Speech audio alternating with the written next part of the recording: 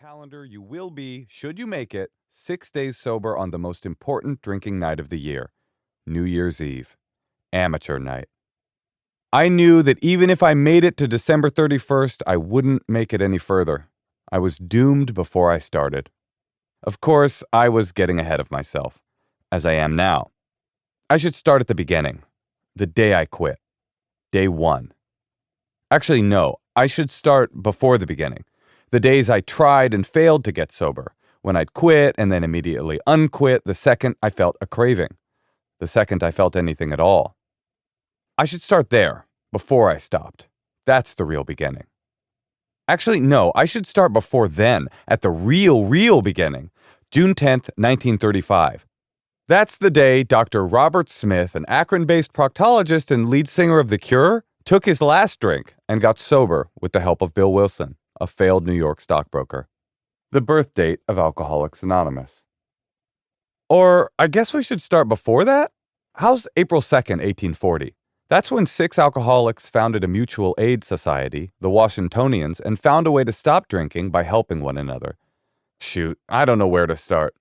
Let's go back to the beginning of human history, when one caveman looked at another caveman as he wiped fermented saber-toothed tiger piss off his beard and said, "Og, you think you might have drinking problem?"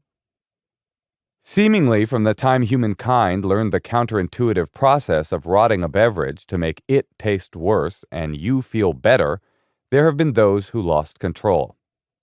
The drunks, the addicts, the lushes, your dad, me.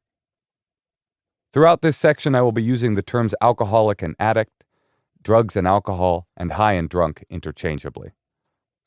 Until the 1940s, alcoholics were thought of as lost causes, not worth the time or energy it took to try to help them, because they never took that help. They never stopped. They always, every time, broke your heart and never got better. If you had the bad luck of marrying a drunk, you had few choices.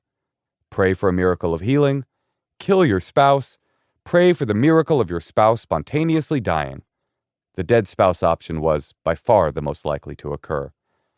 Alcoholics were doomed. Then came Sigmund Freud, who said, "Alcoholics aren't doomed, they're gay." Not kidding. I'm barely even paraphrasing. Freud postulated that problem drinkers were merely latent homosexuals, drinking to cover that up. And all the drunk needed was to submit to a full battery of Freudian analysis, integrate the self, and he would emerge sober, thirsty only for vagina.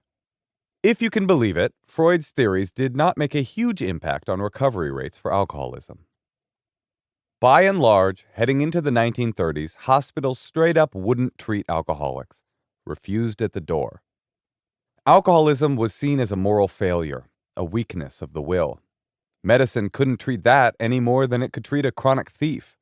If a drunk was particularly bad off, they might get thrown into the loony bin for a night and tossed out on their asses in the morning, but that was about it. There were some exceptions.